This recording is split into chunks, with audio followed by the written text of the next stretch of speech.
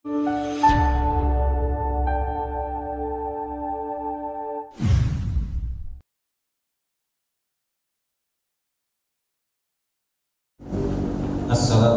warahmatullahi wabarakatuh.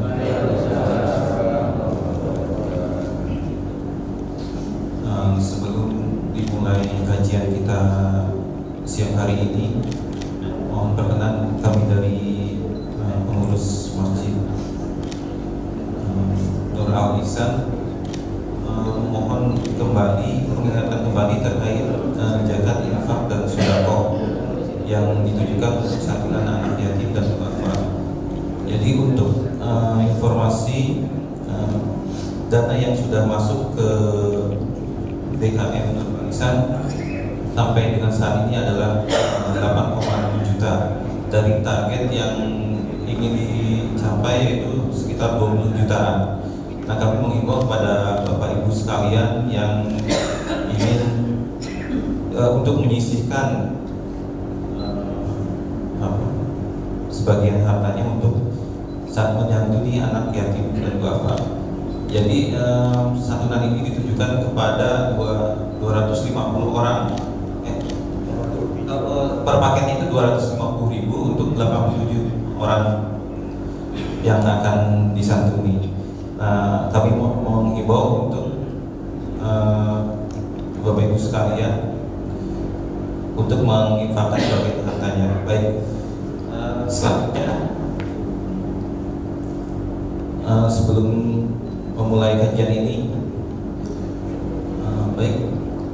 innal hamdalillah nahmaduhu wa nasta'inuhu wa nastaghfiruh wa na'udzu billahi min shururi anfusina wa min sayyiati a'malina may yahdihillahu fala mudilla lahu wa may yudlil fala hadiya lahu. Puji syukur kita panjatkan kehadirat Allah SWT yang telah memberikan kita kesempatan untuk bersatu kembali di bulan penuh yang barokah ini, yaitu bulan Ramadan. Di bulan yang mulia, marilah kita memahami pentingnya ibadah sholat dalam kehidupan kita sebagai seorang muslim. Sholat adalah tiang agama, ibadah yang menjadi kewajiban bagi setiap muslim.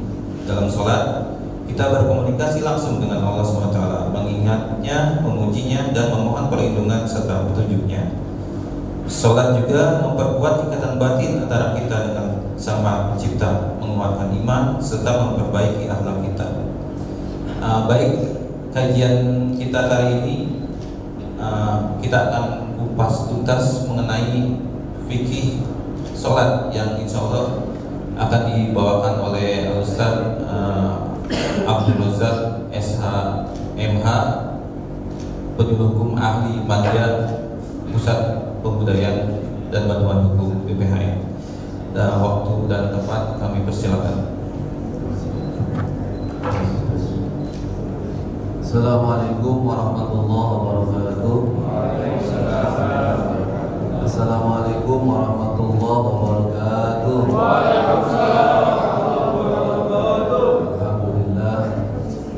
Alhamdulillah rabbil alamin wa bihi nasta'in ala umuri dunya waddin.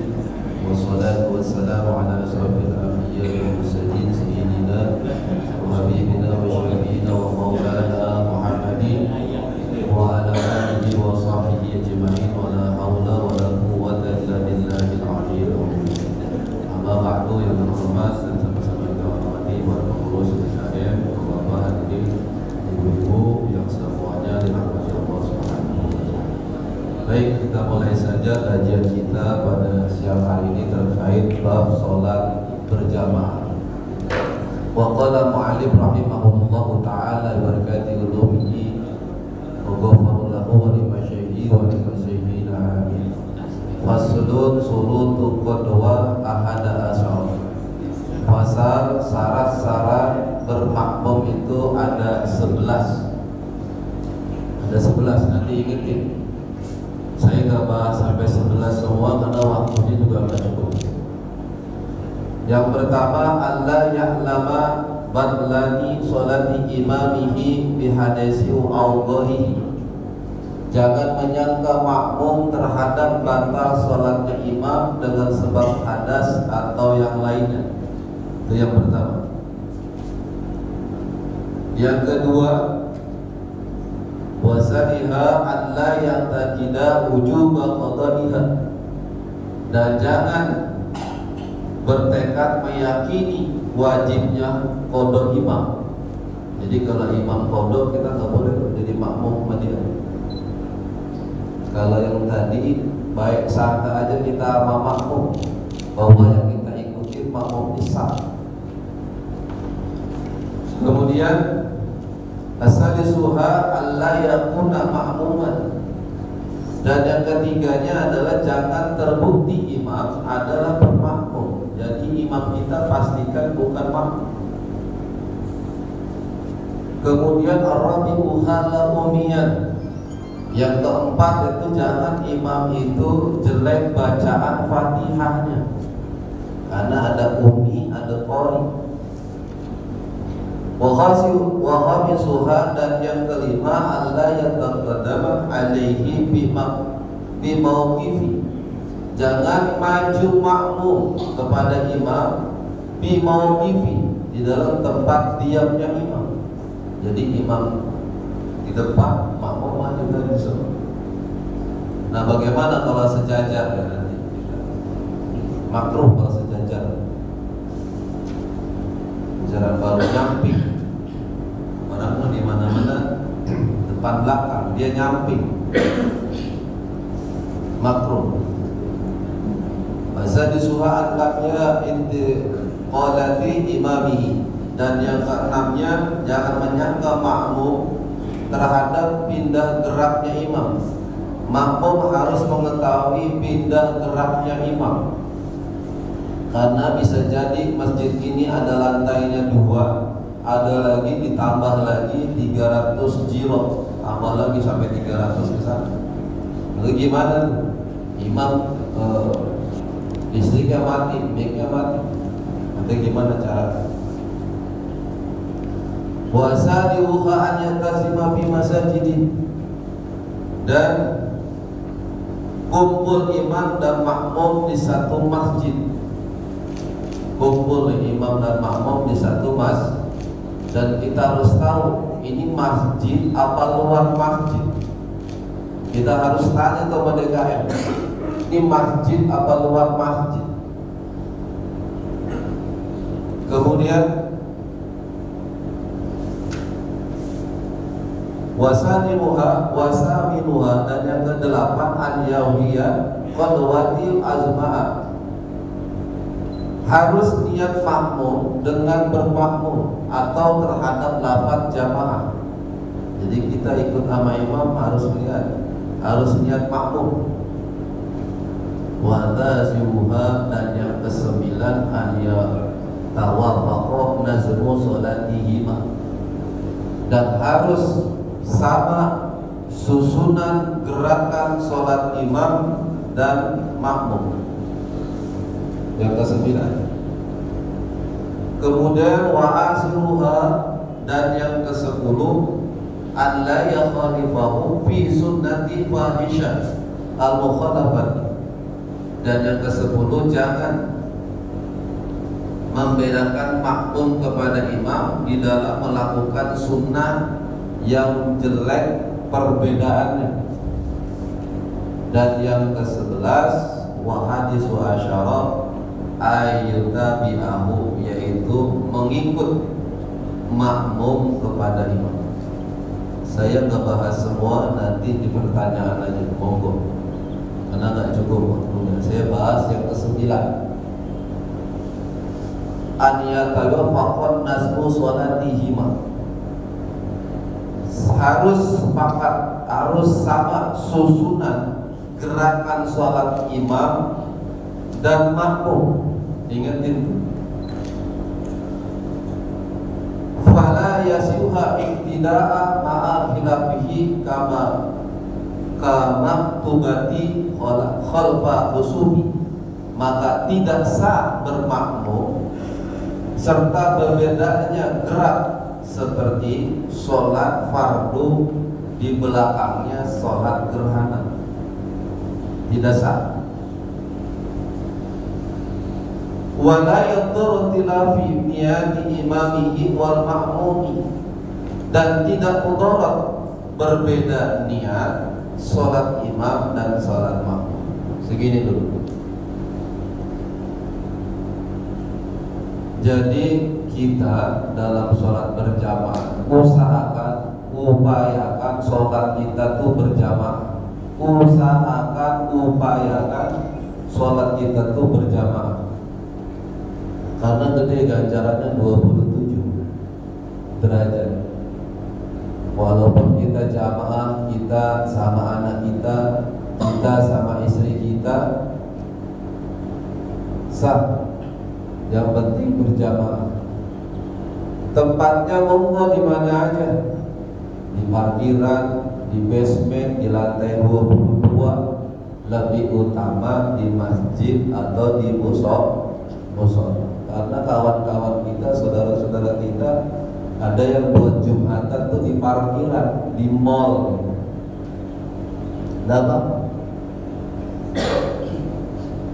Nah, kita jadi makmum biar sah ada syarat. Ya tadi itu yang 11. Ada syarat.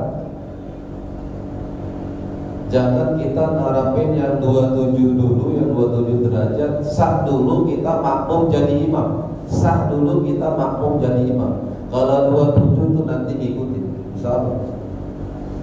Nah, syarat yang ke-9 sama susunan gerakan sholat imam dan sholat makmum. Saya kasih contoh lah.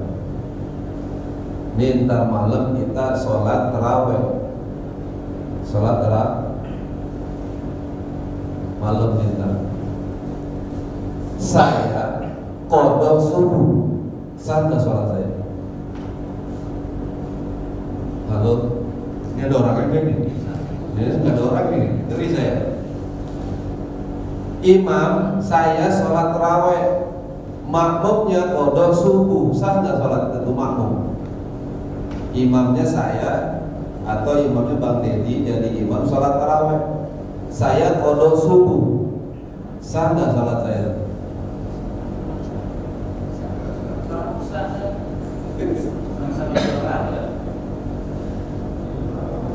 Iya, Bang Surya kasih hadiah yang gedean ya Bang Surya. Sah sholatnya. Jadi jangan lihat fardu sama sunnahnya. Tadi kan dibilangin gerakannya harus sama gerakannya. Kecuali yang nggak satu mana, yang nggak sama gerakannya. Sholat apa tadi? Kata Imam Nawawi ini. Bisa kasih batu saja. Sholat kusuk. Sholat kusuk apa sih? Sholat gerhana. Kalau gerhana gimana kalau gerhana? Baca Fatihah, surat, ruku, i'tidal, baca Fatihah, surat, ruku, i'tidal. Baru dia ruku, sujud. Lah, saya sholat sama dia tuh. Bang Dedi sholat kusuk, saya qadha subuh sama dia. Sah nggak sholat saya tuh? Sah nggak? Ini gimana nih? Nggak sama gerakannya, bukan masalah sunnah wajibnya, gerakannya harus sama. Mana lagi yang nggak sama? Sholat jenazah berapa rakaat? 4 rakaat, cuma takbir doang. Takbir doang. Saya Bang Dedi imam sholat jenazah, saya sholat johor. Sah nggak sholat saya? Kenapa nggak sah? Karena beda gerakannya, gerakannya. Sholat jenazah kan takbir doang kan? Oh Pak Ustadz, saya mau tambahin i'tidal sama ruku, karena ini mayit dosanya gede banget. Lah kagak. Jadi tahu-tahuin dia mah cuma takbir doang 4 kali. Saya sholat qadha johor sama dia, sah nggak sholat saya? Enggak sah karena gerakannya beda. Wala yadurru tilafun niyati imami wal makmumi, dan tidak menolak berbeda niat imam dan makmum, jadi sah sholat kita. Kan lumayan tuh kalau tarawih kita kodok apa tuh? Kodok subuh. Kan kita juga pernah ninggalin kodok ya. Pernah nggak kita ninggalin sholat? Pernah. Saya mau tanya ente, ibu juga. Tahu masa baliknya nggak? Baliknya. Kalau kita udah balik tuh kena kewajiban kita sama agama. Balik anak laki 9 tahun keluar mani, 15 tahun dari sisi umur. Anak perempuan 3 9 tahun keluar mani, 9 tahun haid, 15 tahun sisi umur. Baliknya kita di mana? Ingat-ingat tuh. Balik kita. Ustaz, saya keluar mani umur 14 tahun. Saya sholat umur 20. Kodok tuh sholatnya.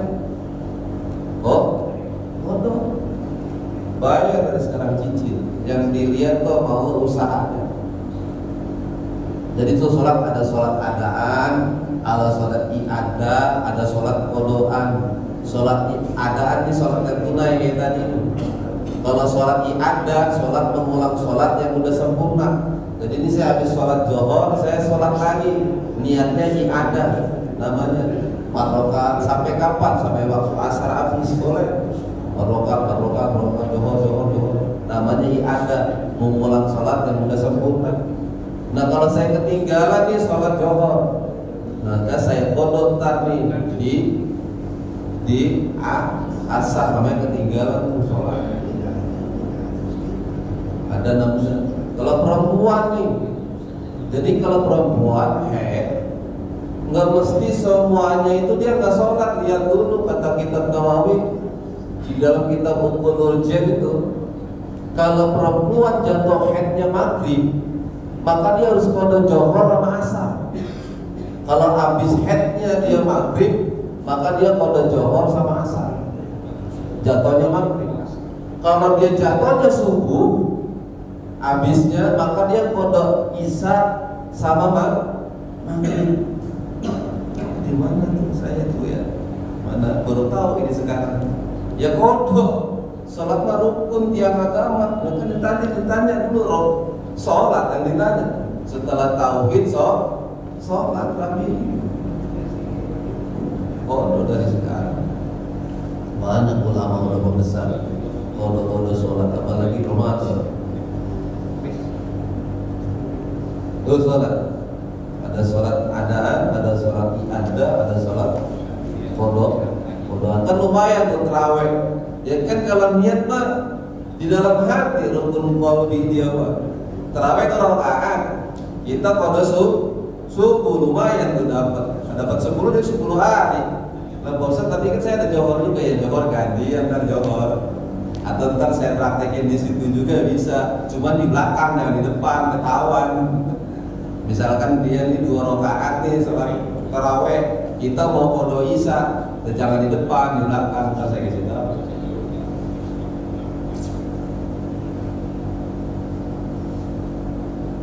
Itu. Jadi salat ya. Fasayuhu iktida'u muqaridin mutanafin. Maka sah bermakmum orang yang sholat fardu kepada orang yang sholat sunnah. Itu bukan saya ngomong, saya tanya banget. Jadi sholat itu sah orang yang sholat fardu kepada sholat yang sunnah. Orang yang sholat sunnah sama yang orang yang sholat fardu sah.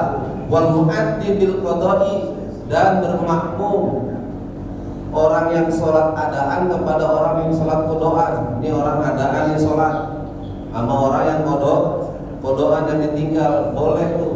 Yang nggak boleh orang yang kodoan sholat sama yang adaan yang nggak boleh. Di mana? Pada kita saat insyaallah mudah kita haji yang umroh. Tuh di kapal emang sih ada air, cuman nggak cukup, orangnya kan 400. Debu yang nggak ada, orang bersih di pesawat. Jadi dihukumin nggak ada air, nggak ada debu. Tapi kita di situ disuruh sholat, namanya sholat mengenal waktu. Ntar pas dibawa di Mekah di Madinah baru kita kodok. Dan kita yakin bahwa ini orang pasti sholat kodok, kita jangan ikut, nggak sah dia. Orang sholat sendiri aja kalau itu, karena emang pasti dia sholat kodok. Itu yang nggak boleh. Wafi tawili bikosiroti, dan dalam sholat yang panjang kepada sholat yang pendek. Ini ada orang sholat subuh, makmumnya qadha isya, dia kesiangan bangun. Imam sholat subuh, makmumnya qadha isya. Kan imam 2, makmum 4. Kata kitab kita, yang panjang rakaatnya dengan yang pendek. Tadi itu masuk yang tadi itu. Kalau bisa mah di belakang, yang di depan kelihatan. Ini sholat rakaat ini 2 rakaat makmum, sholat zuhur. Yang belakang sholat subuh. Ini yang di belakang sholat isya karena kesiangan. Ini imam 2 rakaat selesai. Nah ini makmum naik karena kan dia masih sholat zuhur, sholat isya kalau dia, maka dia naik lagi. Selesai itu namanya sholat yang rakaatnya panjang kepada sholat rakaatnya pendek. Atau dibalik, ini imam sholat isya, makmum qadha subuh. Contoh imam udah tasyahud awal, si makmum udah selesai, maka dia niat mufaqqah. Kalau imam kan masih terus, makmum boleh tuh berhenti, namanya niat mufaqqah, salam dia karena dia qadha subuh. Atau lebih bagus lagi, ikutin dia tasyahud akhir, dia baca yang panjang, tungguin sampai imam tasyahud akhir bareng-bareng salam sama imam. Boleh tuh, ganjarannya paling tinggi.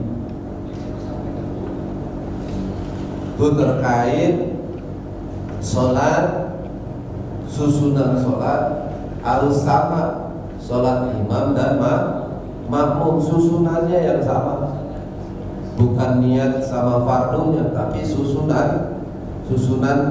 Yang beda susunannya sholat khusuf, sholat gerhana, sholat jenazah, itu yang beda susunan. Nah itu aja barangkali dari tadi yang saya paparkan, mudah-mudahan bermanfaat. Nah ini yang baru yang satu saja. Ada beberapa syarat kita untuk menjadi makmum, sah menjadi makmum dulu, jangan didapatkan yang 27, sah dulu aja dari itu. Demikian dari saya, kita lanjutkan dengan diskusi saja. Karena salah sampai 11 ini 2000 malam udah kelar ya. Itu aja dari saya, kurang lebih mohon maaf. Assalamualaikum warahmatullahi wabarakatuh. Silakan Pak Assalamualaikum warahmatullahi wabarakatuh. Terima kasih kepada Ustaz Abdul Rojak yang telah menyampaikan kajiannya. Jadi sebelum pada penanya, ada beberapa hal yang bisa diambil dari kajian Ustaz Rojak, yaitu dalam fikih sholat itu ada syarat bermakmum, yaitu ada 11. Yang pertama itu jangan menyangka makmum kepada imam itu tidak sah. Terus yang kedua itu jangan meyakini qadhonya imam. Yang ketiga jangan terbukti imam itu bermakmum. Yang keempat itu jangan imamnya itu jelek bacaan Fatihahnya. Yang keenam jangan maju makmum kepada imam, yaitu ke tempat imam. Yang ke-8 jangan menyangka makmum itu pindah gerakan imam. Yang ke-9 yaitu kumpul imam dan makmum dalam masjid. Yang ke-10 yaitu harus niat makmum dengan lafaz jamaah. Yang selanjutnya harus sama susunan gerak imam dan makmum. Dan yang terakhir itu jangan membedakan makmum dan imam dan dalam jelik perbedaannya. Nah, jadi yang dibahas Ustaz Rojak kali ini yaitu tentang yang ke-9. Jadi harus sama gerakan imam dan makmum. Jadi poin-poinnya adalah makmum dan untuk kita semua itu diupayakan untuk sholat berjamaah. Mengenai tempat, yaitu bisa di mana aja, tapi lebih utama dilaksanakan di mushola atau di masjid. Yang diperhatikan juga yaitu sholat dimulai dari awal masa balik. Jadi kita harus tahu kapan masa balik kita. Terus sholat itu terdiri dari 3, sholat adaan, qodaan, dan sholat i'adah. Yang selanjutnya yaitu terkait perempuan haid. Misalnya jatuh haidnya itu maghrib, jadi harus ada qodho sholat zuhur sama sholat asar. Dan kalau mulai haid itu bersihnya subuh, itu harus qodho maghrib dan isya. Selanjutnya itu sholat fardu dan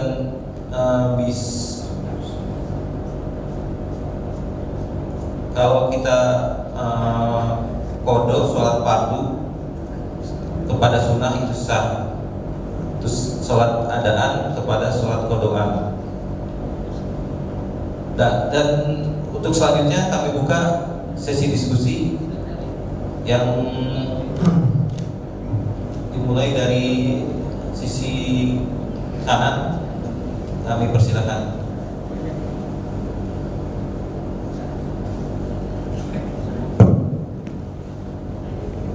Terima kasih Ustaz atas pertanyaannya, atas penjelasannya.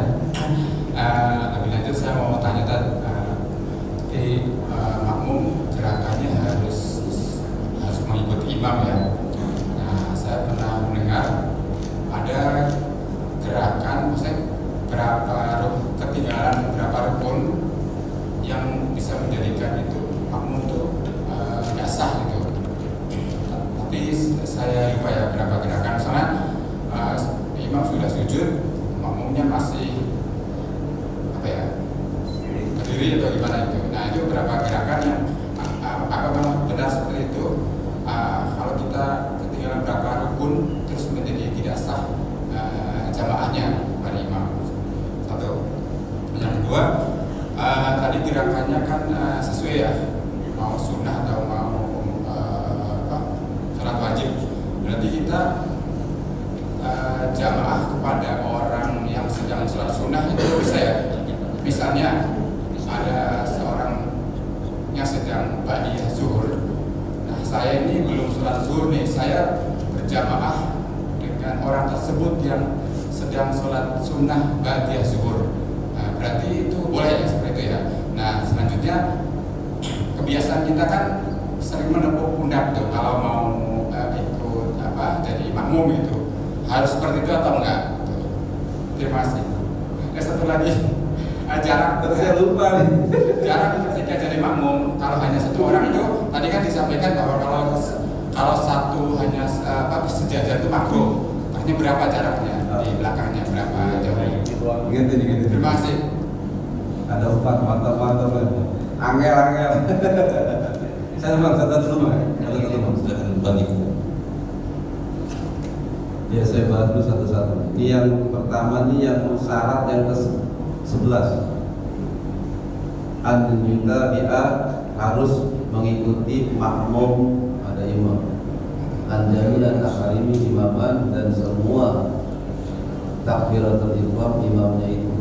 Wa la yusihab biqadri ruk'ataini fi'li dan jangan mendahului dia kepada imam dengan 2 rukun fi'li.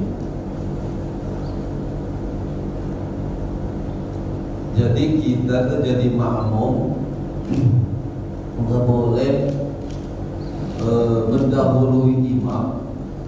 Pertama dari takbiratul ihram. Takbiratul ihram. Allahu Akbar. Si makmum duluan, imamnya belum, makmumnya ngeduluin. Itu namanya dia nggak ikut imam. Dan jangan juga mendahului kepada imam dengan 2 rukun fi'li. Ada rukun qauli, rukun qalbi, rukun qauli, rukun fi'li. Rukun qalbi itu niat tadi. Rukun qauli ucapan, baca Fatihah, takbiratul ihram, baca Fatihah, tahiyat, salam. Itu rukun qauli harus diucapin walaupun cuma kedengaran kuping kita tuh. Jadi baca Fatihah harus kedengaran sama kuping kita, bukannya itu mah rukun. Dia harus kedengaran, sama telinga kita. Bukan diam, enggak, itu bukan begitu. Itu mah rukun. Kumpul-kumpul. Yang kedua, jangan sampai yang kedua rukun qalbi, rukun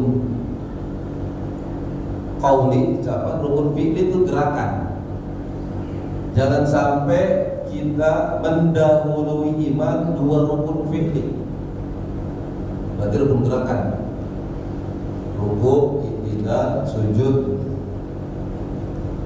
Ini imam baca Fatihah, tahu-tahu makmumnya langsung sujud karena kepinteran gitu ya. Langsung sujud tuh imam. Maka itu makmum, imam baca Fatihah, makmumnya langsung sujud. Berarti dia meninggalkan dua rukun fi'li, dua rukun gerakan, maka nggak sah sholatnya dia tuh makmum. Misalkan dia lupa membaca Fatihah, ini makmum langsung tasahud awal dan misalkan. Tapi kalau dia tasahud awal masih dimaklum nih sama agama nih, ditanggung tuh sama imam gara-gara kesalahan makmum. Imam baca Fatihah masih kayak dia udah tasahud, maksudnya dia duduk tasahud gitu. Kalau ini masih dimaklum sama agama, dia diri lagi sah, itu kesalahan makmum ditanggung imam. Mestinya dia kalau sholat sendiri dia nggak sah,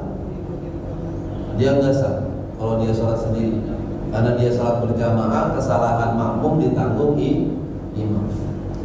Jadi kita nggak boleh tuh meninggalkan dua rukun fi'li. Harus kita ikut sama imam, namanya kalau imam takbir baru kita ikut takbir tuh namanya ikut sama imam. Kemudian yang kedua tadi betul. Kalau yang ketiga, Gimana sih?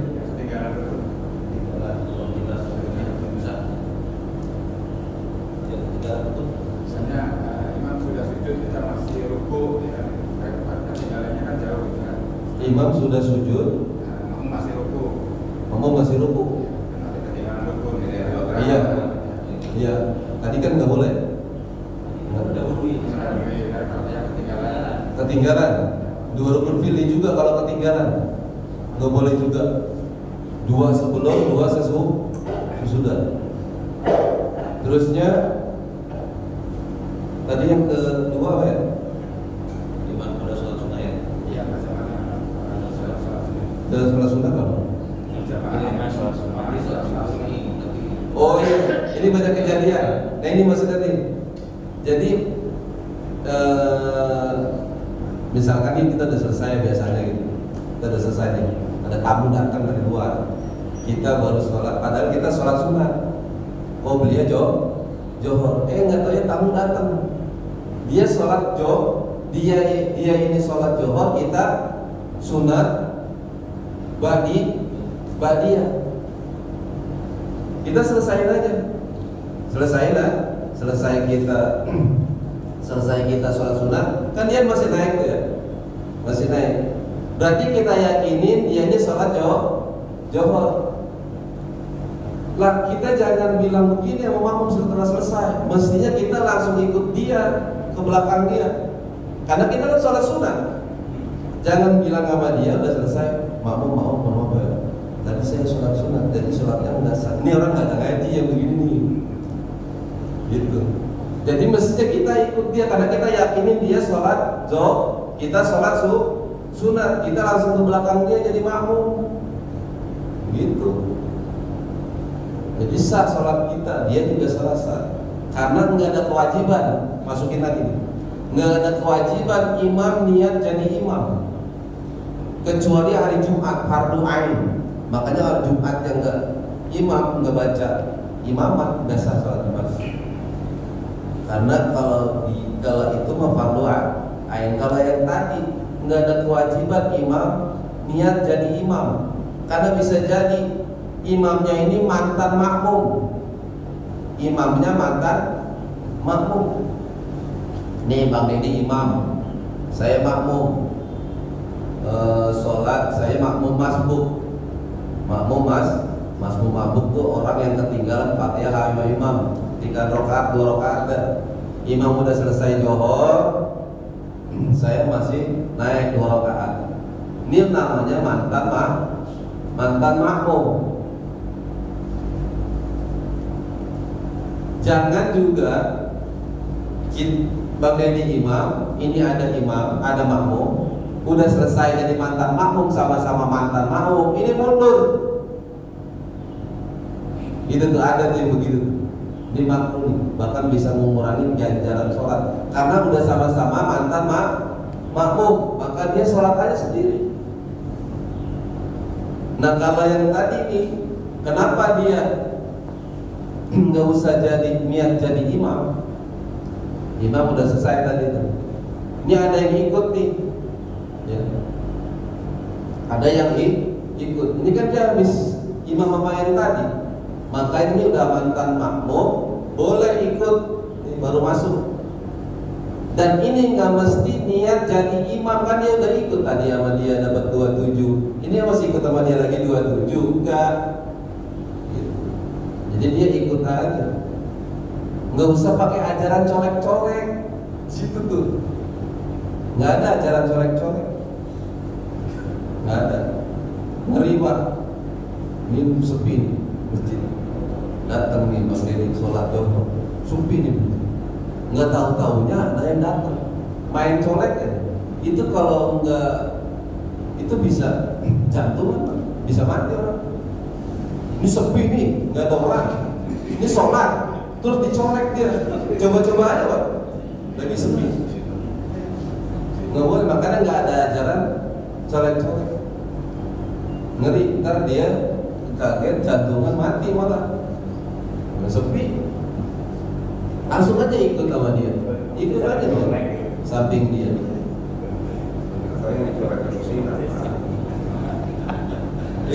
Kadang-kadang gitu yang nggak ngaji, kita yang bingung gitu. Baik, kita kasih. Nah terus tadi susunan ya, susunan gimana yang bagusnya susunannya?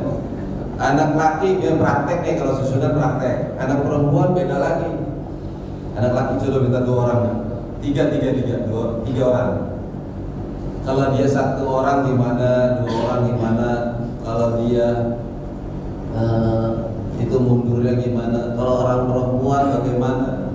Apa sama kayak anak laki? 2 orang dulu dah, bentar. Ini kan praktek ini mah. Biar sah sholat kita jadi makmum.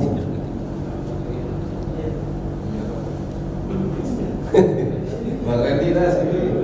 Kita dapat hadiah dari program, dari DKM. Ya Bang Randy, disampaikan. Maju. Kalau dia sholat sendiri, mohon. Pas garisnya Pak. Kalau dia sholat sendiri, Abang Deddy di sini Bang. Mau usah pakai colek-colek, langsung ikut aja. Ini ganjaran gede nih, yang begitu. Kalau sholat sendiri. Kalau dia kan ada ajaran baru begitu, rata dia bikin barisan baru. Tes. Kalau dia rata begini, kenapa saya bilang makruh? Itu ulama-ulama bilang makruh. Bisa jadi ini kakinya kecil sebelah. Ini imam kakinya kecil, makmumnya kakinya panjang. Bisa juga dia anak kecil, ini imamnya bapaknya.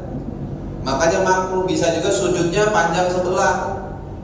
Gitu. Kenapa namanya makruh? Makanya mundur setengah hasta kalau dia sendiri. Kalau dia berdua masuk nih, berdua kan situ berdua. Ini ada yang maju lagi nih, makmum. Jangan di sini. Jangan di sini.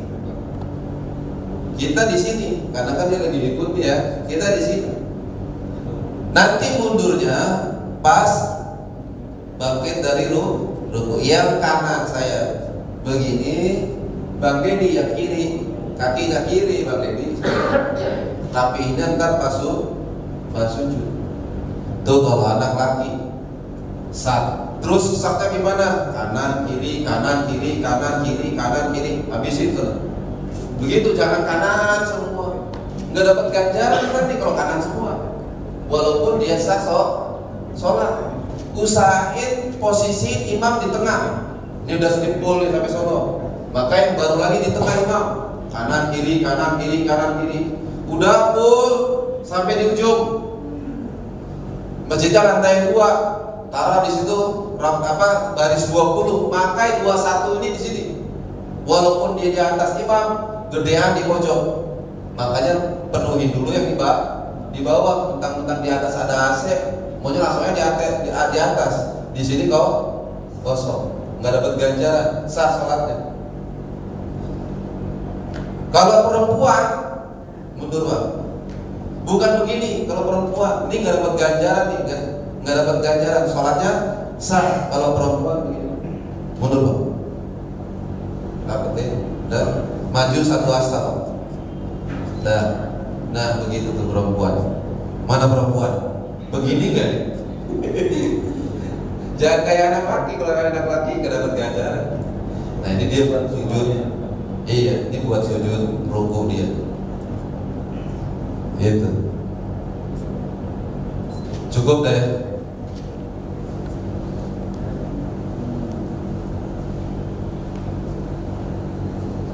Terus apa lagi terakhir? Itu cukup ya, sekalian tadi tuh colek-colek juga. Jadi kewajiban imam niat jadi imam. Bagusnya lagi dia niat jadi imam, ganjarannya 27. Kalau dia nggak niat jadi imam, ganjarannya 1. Itu maksud saya. Tapi nggak ada kewajiban imam ngikut jadi imam, dia niat jadi imam, kecuali Jumat fardhu ain. Ya. Baik, terima kasih waktunya. Assalamualaikum warahmatullahi wabarakatuh. Ini kan untuk seseorang diwajibkan untuk sholat itu setelah apa tadi balik gitu ya. Nah, kemarin saya itu kejadian nyata nih Tan. Saya buka bersama gitu ya. Nah, terus kemudian jamaah. Nah ini karena ponakan banyak lakinya gitu, belum ada yang baca habis gitu kan. Akhirnya ditunjuk, wah ini jadi imam nih. Ada dia belum balik gitu. Nah mungkin yang perlu saya tanyakan gimana itu tata hukumnya gitu. Barangkali itu. Assalamualaikum. Imamnya belum balik.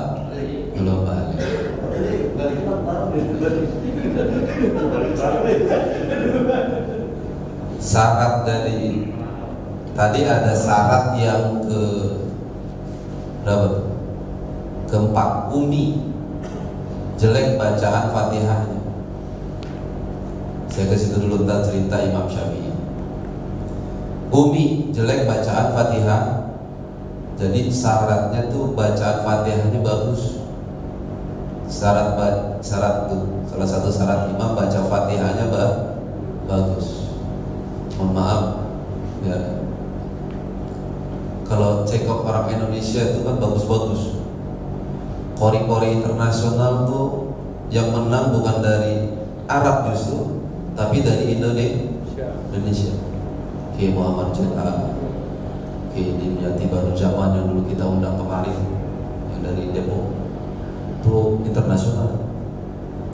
Jadi bagus-bagus. Jadi mohon maaf, imam tuh nggak boleh cadel ngomong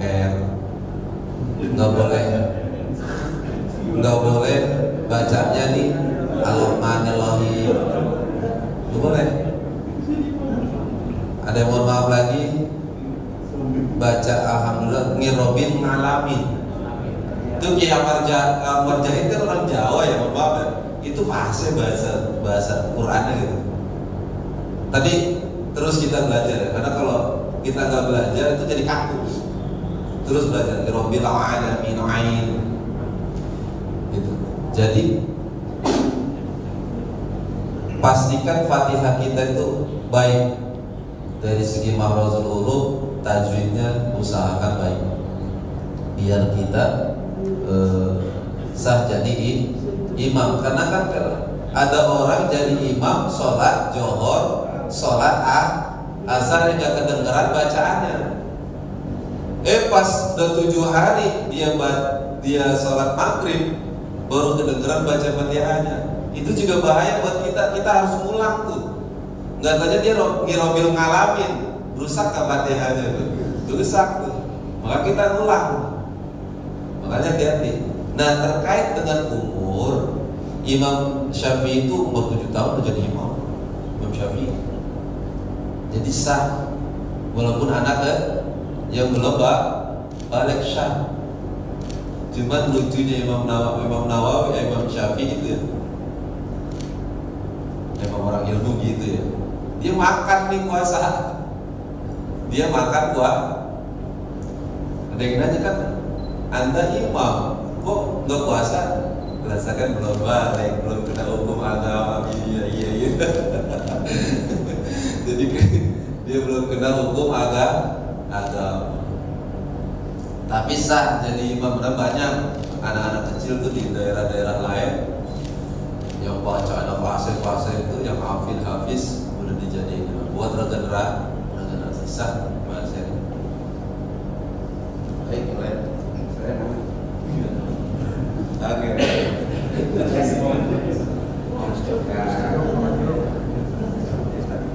Terima kasih Pak Ustaz. Ini terkait bacaan Fatihah di rukun, di mana Fatihah itu rukun sholatnya. Jadi kalau kita tidak baca Fatihah itu tidak sesuai kita. Namun bagaimana kalau kita menemukan imam baca Fatihahnya tidak sesuai dengan tajwid? Misalkan ketika ada huruf mat misalkan di sukun misalkan, harusnya kan alhamdulillahirabbil alamin, dia baca begini, alhamdulillahirabbil alamin ar-rahmanir-rahim maliki yaumiddin. Itu kan huruf matnya nggak ada, huruf nya tidak terbawa. Itu kadang-kadang di sholat yang sir ya, mungkin rakaat pertama, kedua yang zahar bagus bacanya, tapi begitu rakaat ketiga dan keempat begitu cepat. Kita khawatir hanya baca bismillahirrahmanirrahim alhamdulillahirabbil alamin ar-rahmanir-rahim maliki yaumiddin. Seperti itu bacaannya. Seperti orang-orang kalau kita akhirkan begitu, Al-Fatihah, cepat-cepat gitu. Nah, kalau Fatihah yang seperti ini bagaimana kita mengikutinya? Benar sah atau tidak sholat kita gitu? Ketika kita menemukan imam, kok cepat banget baca Fatihahnya? Kadang-kadang kita belum selesai baru iya karena dia sudah ruku. Yang kita khawatirkan dia baca Fatihahnya secara cepat, kaidah tajwidnya tidak terbawa. Ini yang mungkin yang saya tanyakan. Bagaimana kalau kita menemukan imam yang baca seperti itu gitu? Terima kasih Ustaz, maaf. Ya, terima kasih. Kalau kita Ustaz Muhammad, bagaimana kalau imam ini baca Fatihah? Kalau di jaharnya bagus, di sirnya nggak bagus, kita nggak tahu. Ada tadi saya bilang ada bacaan Fatihahnya ummi, ada yang qori mah udah bagus baca Fatihah. Jadi dalam ilmu fikih itu yang dibilang qori dalam ilmu fikih itu orang yang benar baca Fatihahnya, bukan kayak Kiai Muhammad JH gitu atau kiai yang lain yang yang qori itu bukan. Maksud di fikih ini orang yang benar baca Fatihahnya, itu dalam ilmu fikih. Bukan kayak Kiai Muhammad JH gitu, gitu, bukan. Yang benar baca Fatihahnya. Di mana kita tahu benar baca Fatihahnya? Kita harus merujuk kitab ke atasnya. Harus ada kitab sandarannya. Berarti kita harus belajar ilmu tajwid dari kitab Tuhfatul Atfal misalkan, atau Bidayatul Mustafiz. Kalau Bidayatul Mustafiz itu orang nggak baca tajwid itu dosa. Dosa nggak pakai tajwid, keras tuh kalau apalagi ini baca Fatihah. Huruf mat ada berapa tadi? Huruf mat, guru kita nanya, huruf mat ada berapa? Huruf mat ada 3. Hamzah mati sebelumnya fathah, waw sukun sebelumnya doma, ya sukun sebelumnya kasr. Ada 3 huruf mat. Gimana nih? Yang pertama dia bagus, yang kedua kan sir, nggak kedengaran. Maka yang pertama kata Syekh Banten, Allah ya'lam batlana salati imami bihadasi audorihi. Maka jangan menyangka batalnya imam, batal sholatnya imam dengan sebab hadas atau yang lainnya.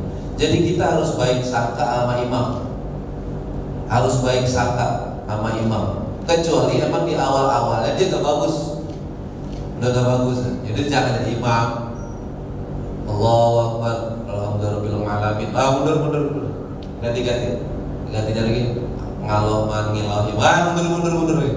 Ya kan udah kayak gitu. Kita udah tahu dari awalnya. Kalau itu mah udah gak ditolerir, nggak sah. Tapi kita ikut sama imam tuh udah kayak begitu mah ya berarti udah gantilah, masa gak ada orang lagi kan gitu ya. Kalau sama-sama titiknya yang sama, ngalamin boleh tuh. Masalahnya titiknya berbeda nih, yang satu ngalamin dan satu nggak ada R-nya. Ini yang sendiri-sendiri tuh. Kecuali dia masih belajar. Kalau titiknya berbeda. Nah kita harus baik sangka aja, imam yang kita ikutin tuh sah. Baik sangka aja. Kita datang kemari, ini mah gedap banget sama imam nih, kemarin beda partai sama gua. Ini udah gak saling gini deh. Jadi cari sama imam udah gak baik sangka. Ya harus ada baik sangka sama imam, walaupun di mata Allah batal sholatnya. Walaupun di mata Allah batal. Contoh mana? Di dalam mazhab Imam Syafi'i, bersentuhan kulit dengan perempuan batal. Kita wudu di rumah sholat, mau ke masjid, udah wudu, saliman kita sama istri kita, kan batal tuh ya.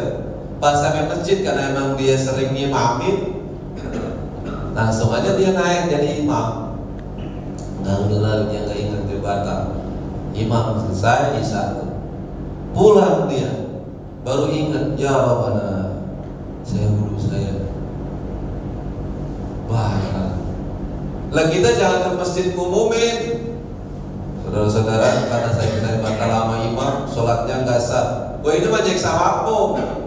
Jangan begitu, jangan diumumin. Ya udah kita sholatnya dulu di rumah. Makmum mah sholatnya sah karena dia persangkaan baik sama imam, walaupun di mata Allah enggak sah imamnya karena salah imam.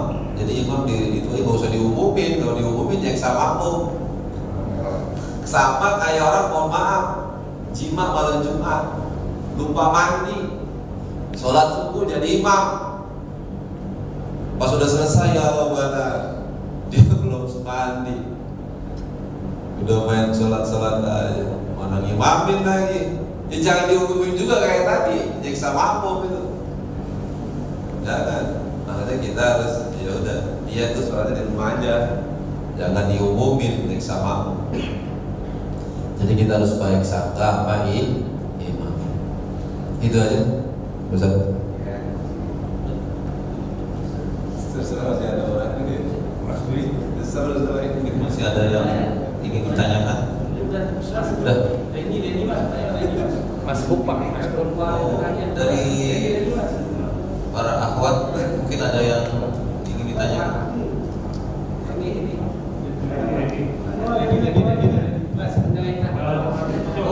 Oh silakan Mas Andi. Satu lagi ya bertanya.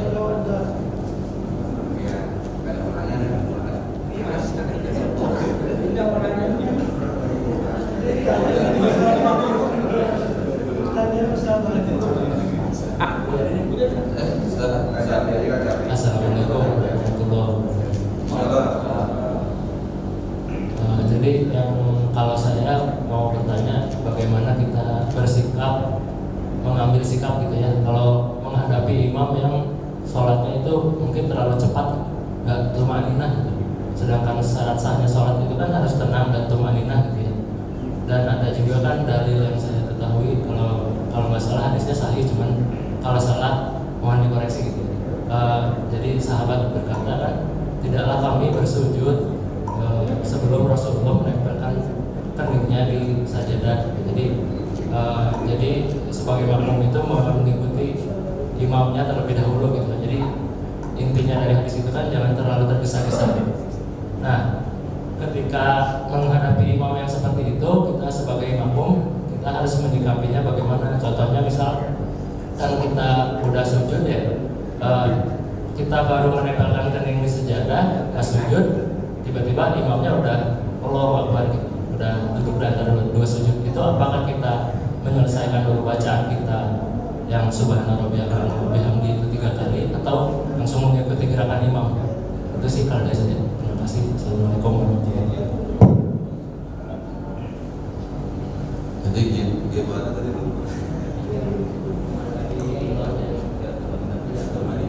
Ini kayak contoh di Jawa apa di kita nih? Ada yang cepat super jet, sholat terawih super jet. Gitu kan? Pas lihat makmum dulu akan pingsan semua. Ya begitu kan tuh? Kalau yang begitu nggak saya. Jadi ukuran tumakninah itu satu, kita tasbih Subhana Rabbiyal Azim wa bihamdihi. Dan kita jadi makmum harus cerdas juga. Kalau imam udah imam udah berangkat nih, kata apa? Naik ke atas, kita jangan sujud terus, kan ada yang begitu ya. Karena sujudnya dia rukun, tapi kalau begitu dia tasbihnya yang dibanyakin. Tasbihnya itu sunnah hayat, jangan duluin sunnah ngabain yang wajib. Maka dia buru-buru sekali aja tasbihnya, jangan panjang-panjang. Subhana Rabbiyal A'la wa bihamdihi. Imam udah diri, kita ikut. Bisa disikapin kalau yang imam-imam cepat itu, atau bacaannya kita pelambat. Gimana gitu kalau bacaannya dia imam kulhu? Kita kan gak boleh dahuluin imam baca Fatihahnya. Imam baca Fatihah 3 ayat, kita baru baca. Imam amin, kita ikut amin, sambung lagi. Biar kita dapat baca Fatihah. Kalau Fatihah baru rukun, baca surat sunnah hayat boleh ditinggalin. Itu. Jadi kita juga harus bisa membedakan mana rukun sholat, sunnah abad, sunnah hayat. Jadi bisa disikapi. Tumakninah seukuran baca tasbih 1 tumakninah. Kalau yang kayak di kita masih wajar lah, tapi kalau yang di tadi itu itu mah nggak salah, itu ada tumakninahnya. Cuma dia mungkin dulu kata ulama di situ dalam rangka apa ya? Pada malas apalah gitu di situ. Jadi dia buat semangat dulu aja kali, biar doyan dulu kali, kata di ulama di situ. Tapi katanya sekarang udah normal biasa. Jadi buat nyemangatin dulu, terus habis itu baru dia setelah banyak kritik ada nih. Maksudnya juga dia nggak mau begitu. Mungkin itu aja. Ada lagi?